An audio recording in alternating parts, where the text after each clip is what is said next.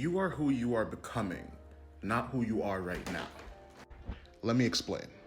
Throughout the course of your life, you are a lot of things, and you become and then discard a lot of things as you change.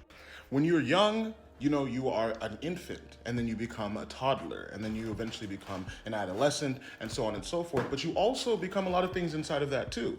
You become someone who plays. Maybe you become a builder for a little bit of time, playing with building blocks, and then you discard that idea because it's not appealing to you, right? As a preteen and a teenager, maybe you pick up a lot of different hobbies as you're exploring yourself, right? You start to play things like play pretend, right? When you're 8 to 10 and 11, 12, whatever, you play pretend a lot, I'm sure. Like, for example, you might be the type of person who pretends to be a firefighter or a police officer or a married person or so on and so forth. But even let's get out into the weeds, right? You pretend to be an alien or you pretend to be like an interdimensional superhero or whatever. As we transition towards high school and then eventually we go into college, for some people, or just like college age, whatever, we start to see like this feels more restrictive, right? It starts to feel like, well, now we're deciding a path. Now we're deciding who we want to be for the rest of our lives, right? But that premise doesn't really make a lot of sense if you think about it. When do you become an adult? No, seriously, think about this for a second. What is the magical crossover threshold? Like for you, those of you who are in your late 20s or early 30s or 40s even, whatever it might be, hell, even like mid 20s where you start to feel like, you might start to feel like you're really, really starting to get old or whatever, right? When do you become an adult? What is that magical threshold? When's that magical crossover? Before you get too deep into an existential crisis, the point is that there isn't one. That's the illusion, that's the myth. That after you have all these sequential stages of life that are very, very heavily monitored, very, very restricted, and very, very controlled, at some point you arrive at adulthood and then you just are this person. You are the person who has had this practice or study or whatever, and now you're the expert. Or alternatively, you join a corporate ladder where you keep having these stages. You keep having people tell you what's the next thing you got to work on, the next thing you got to grow in, the next thing that you have to do. But then when you're looking at all these different stages and all these different pieces of development and all these different whatever tasks, right? Where are you? Where are you in the equation? Who are you? Think about it.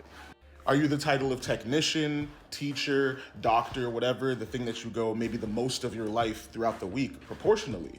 Like the amount of time you spend at your job is a significant chunk of your time awake. So is that who you are?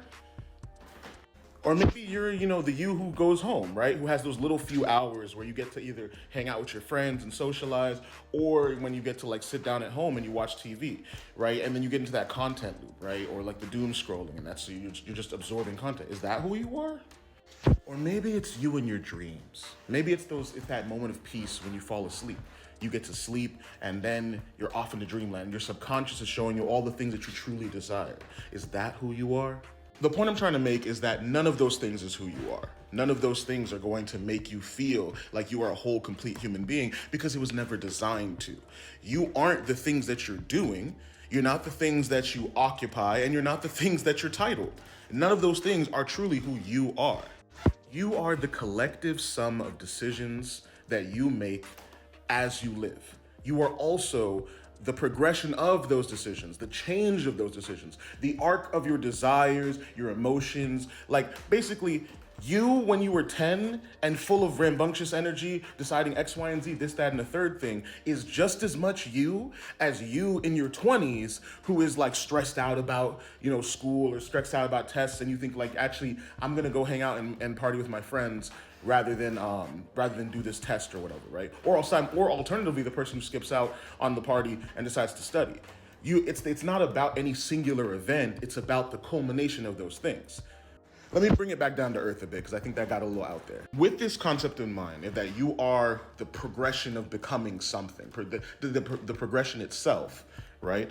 Think about it this way.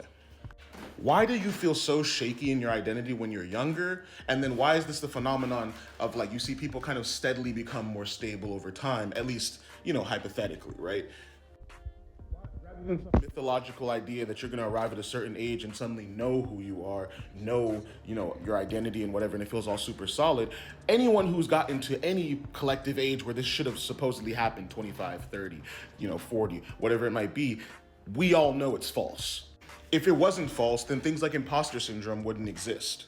Think of your brain like a walking avatar state, okay? You are always in the avatar state, and the avatar state is all of your past decisions and all of your past actions and all your past perspectives of like different stages where you distinctly felt like you have a certain perspective on the world, right? But they're also kind of changed and kind of different as you go. Despite the fact that you can relate to certain aspects of your younger selves, let's say like your 8-year-old self, right? You probably don't want the same things because you have more context or they just have a different context than you do. When you're younger, your identity feels so shaky because your avatar like timeline is very small. You hit the avatar state and you look back and there's nothing, right? Like a lot of you developing is developing that initial history, developing those stories, being curious, asking questions, searching, trying to find answers, trying to discover the world around you. The more you become at peace with yourself, the more you are conscious and patient with allowing yourself to make mistakes, to be curious about the environment around you, the more you delve deeper into what it means to connect with your soul, to connect with, your inner spirit or just your inner decision-making like algorithm, let's say. You can start to ask questions, question things, bring up concerns to that decision-making algorithm of your own and decide, how do I want to shift? Who do I want to become? What do I want to go towards, right? And in moments of doubt, you can start referencing things like decisions that were influenced by friends versus decisions influenced by yourself, the repercussions of certain actions when you've been impulsive or when you've been less decisive, so on and so forth. The path of enlightenment comes down to understanding that you are always in that avatar state where you have that reference of details and information. Stage 1 is realizing you have that within yourself. Stage 2 is realizing that you have it around you with your community, your friends, and the people that you surround yourself with. They influence your decisions too. Stage 3 is when you realize that it's the whole world. You understand? And I'm not saying this from some like higher perch or anything like I'm any better than anyone else, right? I'll use my own life as an example. I grew up in a very, very conservative portion of Florida. I had very Catholic and Christian parents, and then also a hyper-conservative sister. That's a lot of my upbringing and my environment, And yet here I am. Think about it. Like right now, you're seeing makeup residue that's left over in my face because I was trying out some tribal markings with really colorful makeup with my roommate who put on the makeup for me. And also, even past it being tribal markings otherwise, I just think it looked really pretty and it was like really nice. It was fun. Because things can be fun. I can be curious. I always wanted to know what these colors might look like on my face, what it might feel like to have these certain lines that represent my culture. And so I just tried it because I'm still trying out things. I'm still growing. I'm still changing as a person. We all are. You're not married to any singular identity of someone you've become, whatever the fuck that means. This is a really long video, but this is an important one. And I mean long video in terms of on TikTok. But in the limited time that we may have where this app is currently the state it's in before it goes through any more drastic changes, I think it's important to start really talking about what matters. Who are you? Who are you trying to be? And are you really so stuck, so married to a singular ideal that you're willing to sacrifice the avatar state, to lose all of the connections to who you might become, who you could be, all the different ways that you could change, to give up on curiosity? Is that really the world that you want to live in? I'm just saying. To summarize, you live, you make decisions, you grow, you change over time. You have a whole arc of who you've been and who you're becoming.